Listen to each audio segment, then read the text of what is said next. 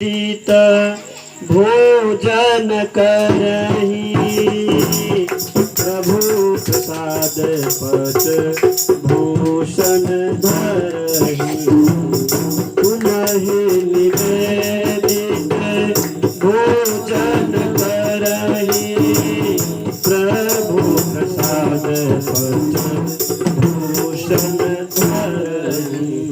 यदि जो आप भगवान के पास जो अन्न मिला भगवान को समर्पित कर दीजिए। तो दियम वस्तु गोविंदम तुभ्यमेव समर्पयेत्। उनको आप समर्पित कर करके आप उस वस्त्र को पहनेंगे तो दोष नहीं लगेगा। भगवान को समर्पित कर करके प्रसाद पा लेंगे, दोष नहीं लगेगा। नया कपड़ा सिलाइए, भगवान को पहना दीजिए। ठाकुर जी ये आपका दुपट्टा, फिर उस दुपट्टा को ओढ़ लीजिए, अच्छा रहेगा। भगवान जी, दुर्गा माई, भोलेनाथ, ये सोना का चैन भोलेनाथ आपका है, भगवान को पहना दीजिए, तब खुद पहनिए, दोष नहीं लगेगा। इस प्रकार से राजा परीक्षित अपना देखिए, दो बात है भैया, थोड़ी बिजली की भी व्यवस्था है और यह भागवत की कथा हमारी थोड़ी सुनाने की अलग प्रक्रिया है। हमारी एक सिस्टम यह है कि मैं जब तक ये नहीं अपने आप को, आत्मा को संतुष्टि मिल पाता है कि मैं जो कह रहा हूँ वो आप तक पहुँच पा रहा है या नहीं, तब तक उस विषय वस्तु से मैं आगे नहीं बढ़ पाता। ये हमारे अवगुण मानिए या सद्गुण मानिए, ये हमारे में सबसे बड़ी कमी है या अच्छाई है, जो भी है, कि जब तक उस विषय वस्तु को मैं नहीं समझा पाऊंगा तब तक आगे नहीं बढ़ना चाहता हूँ।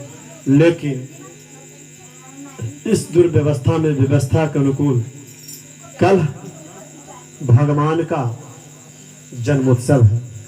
कल भगवान का क्या होगा? जन्मोत्सव होगा। तो थोड़ा थोड़ा कभी कभी गाड़ी को तेज चला करके भगाना, मजबूरी है, वहां तक पहुंचाना पड़ जाता है, व्यवस्था भी साथ नहीं दे रहा। बोलिए बालकृष्ण भगवान की जय। एक समय की बात है कि परीक्षित जी एक श्रृंगी ऋषि थे, वह तप कर रहे थे। राजा परीक्षित गए और इनको भूख प्यास लग गया। श्रृंगी ऋषि को जगाना चाहे कि हमको पानी दे पीने के लिए, ये करे वो करे। श्रृंगी ऋषि नहीं बोले कुछ। परीक्षित क्या किए कि एक सांप को उठा करके उनके गले में डाल दिए। किसके गले में? श्रृंगी ऋषि को। श्रृंगी ऋषि के गले में सांप पड़ा हुआ था। एक मित्र कहा कि तुम्हारे पिता के गले में तो सांप डाल दिया। वही श्रृंगी ऋषि के पुत्र थे, उनका नाम था शमीक। क्या नाम था? शमीक। शमीक ने क्या किया कि श्राप दे दिया राजा परीक्षित को कि 7 दिन के अंदर तुम्हारी मौत हो जाएगी।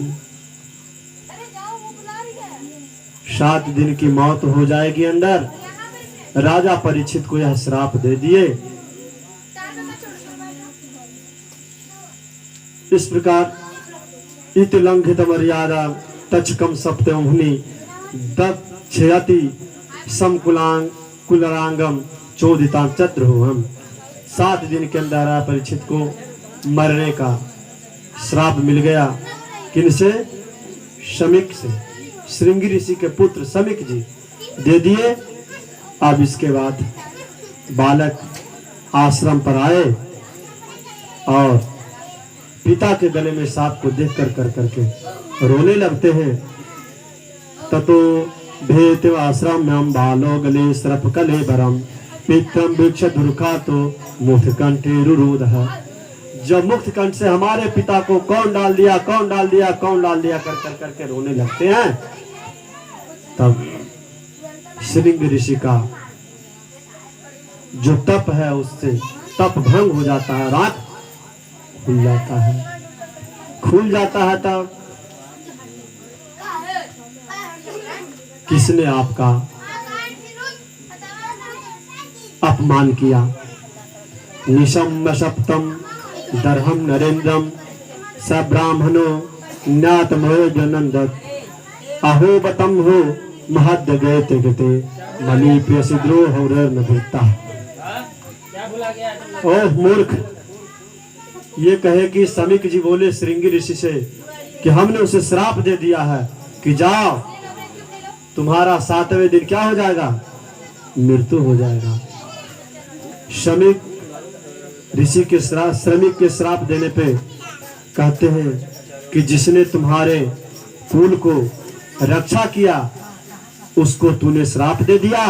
हाय हाय हाय हाय, ओ मूर्ख, तूने बड़ा पाप किया।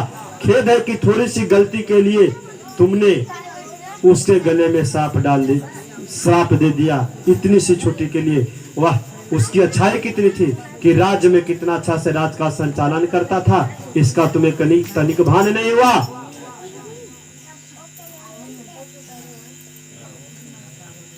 जो हमारे आश्रम पर वह आए थे परीक्षित, ऐसे आए थे, वो भूख प्यास के मारे बेचैन थे। साक्षात महाभागवतो राजर्षि हम मेध्यात छूत त्रिट श्रम युदो दीनो नए बासवो छात परमति। हे राजर्षि, भूख प्यास से व्याकुल होकर हमारे आश्रम पाए थे और वह साप के योग कदापि नहीं थे, वह साप के योग नहीं थे, और तुमने उनको ऐसा साप दे दिया। समीक के दिए हुए श्राप से श्रृंगी ऋषि को बहुत पश्चाताप होता है कि इसने ऐसा कर दिया। राजा परीक्षित अपने धर्म पत्नी से कहते हैं, बहुत अच्छा से कहते हैं कि हमको 7 दिन के पहले कोई नहीं मार सकता है, 7 दिन के पहले कोई नहीं मार सकता है। ये नहीं करे कि 7वां दिन हम मर जाएंगे, ये बात नहीं कह रहे हैं, कह रहे हैं कि 7 दिन के पहले हमको कोई नहीं मार सकता है। अब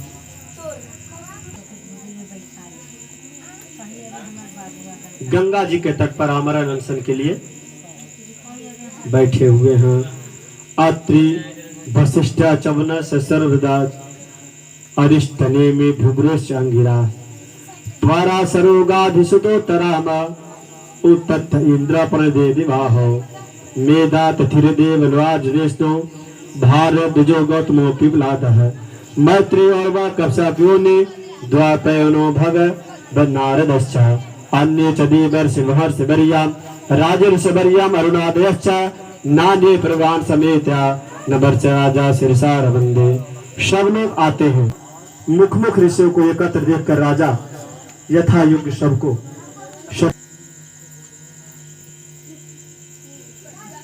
सब लोग आराम से अपने अपने आसनों पर बैठ जाते हैं। तब राजा परीक्षित कहते हैं, अहो वयम धन्यतमान नृपाणाम महात्मानो ग्रहणीयशीला राज्ञम कुलम ब्रह्मण पाद शौचदात दुराद सृष्टम बतगार्ह कर्म। आप लोग आए, समस्त राजाओं में हम धन्य हैं, धन्यतम हैं, उत्तम उत्तरोत्तर और सबसे उत्तम है। मैं धन्यतम हूं कि आप ऐसे समस्त ऋषि लोग हमें दर्शन देने के लिए आए हैं। आप लोग का चरण कमल चरण रज हमको देखने को मिल रहा है।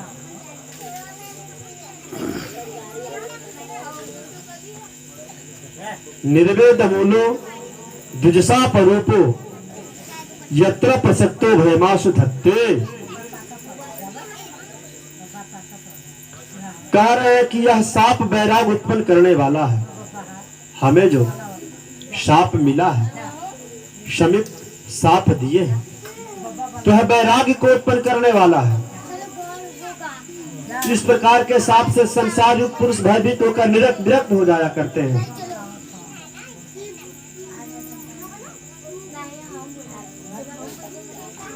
ब्राह्मण कुमार के साप से प्रेरित तक्षक सांप आकर करके हमको डस ले, इसके मुझे तनिक सी भी चिंता नहीं है। आप लोग कृपया करके भगवान की रसमयी लीलाओं का गायन करें। मैं आप लोगों को प्रणाम करता हूँ। पुनश्च भूयात् भगवन्तनन्ते रति प्रसंगश्चताश्रयेषु महत्स्याम्या मुपयामि सृष्टिं मैत्रेषु सर्वत्र नमो द्विजेभ्यः। जगत के समस्त प्राणियों के मेरी एक सी आप मैत्र हमेशा आप हमें आशीर्वाद दें। इस प्रकार नाना प्रकार के कई श्लोकों में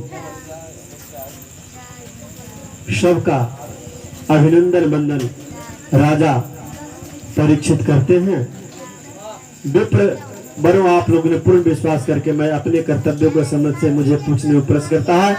आप सभी बात परस्पर विचार करके बतलाइए कि क्या बतलाइए।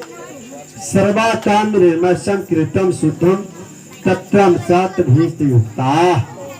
म्रियमान पुरुष जो है उसको क्या करना चाहिए, उसको मुक्ति के लिए क्या करना चाहिए और कौन कौन कर्म है।